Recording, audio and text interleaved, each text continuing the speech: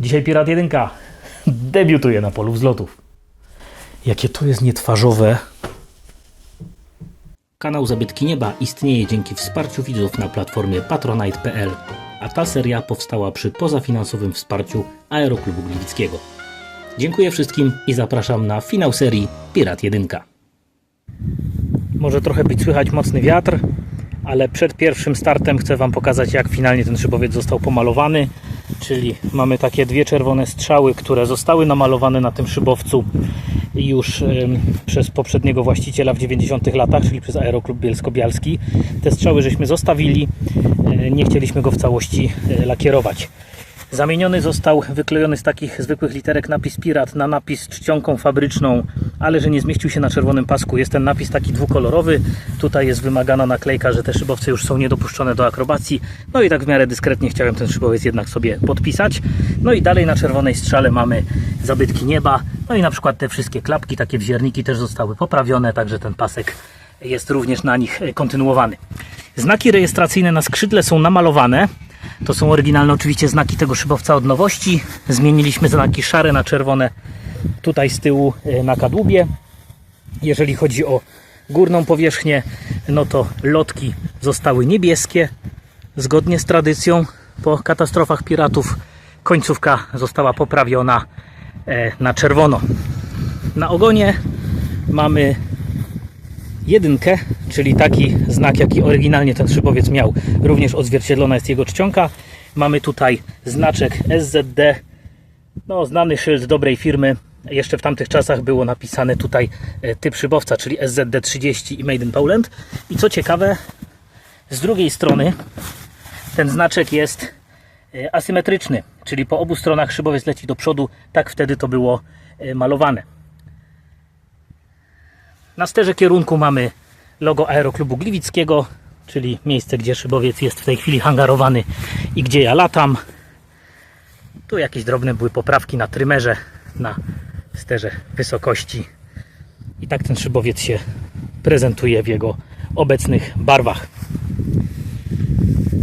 Projekt szczegółów malowania to firma Motoawiacja, o której też parę słów teraz powiem. Motoawiacja to projekt Dawida Drobika. Przygotował kilka wersji oklejenia Pirata, przedstawił mi je wszystkie w 3 rzutach, no i po uwagach, akceptacji, wyborze czcionek zdecydowaliśmy się, jak to ma wyglądać. Następnie Dawid przygotował te naklejki, zlecił ich wykonanie, przyjechał do hangaru i naniósł wszystko na szybowiec.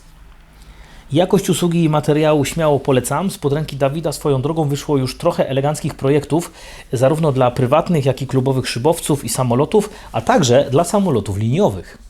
No i jeszcze jako niezwykle cenny statek powietrzny musi mieć do kompletu złoty pokrowiec. Tak wyglądający szybowiec pierwszy raz po długiej przerwie poleciał podczas zlotu zabytkowych szybowców w Gliwicach w czerwcu 2025 roku. Takie życie, że w dniu oblotu akurat ja nie mogłem być na lotnisku, ale koledzy i koleżanki relacjonowali na żywo przygotowania do startu, aż w końcu dostałem taki filmik.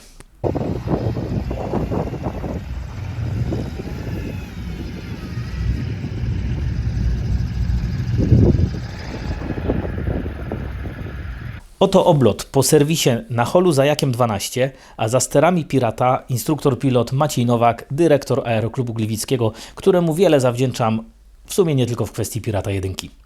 Polatał Piratem, posprawdzał co trzeba, powykonywał odpowiednie manewry, wylądował, przekazał mi swoje uwagi i potwierdziło się, że zakup i naprawa tego szybowca to był dobry pomysł i że można Pirata eksploatować bez żadnych poprawek. Dzień później przyjechałem na lotnisko ja i na holu, tym razem za Wilgą, poleciałem w pierwszy lot swoim szybowcem. Tak wyglądał start, natomiast sam lot był pół na pół lotem termicznym i lotem testowym, no i generalnie lotem pełnym emocji.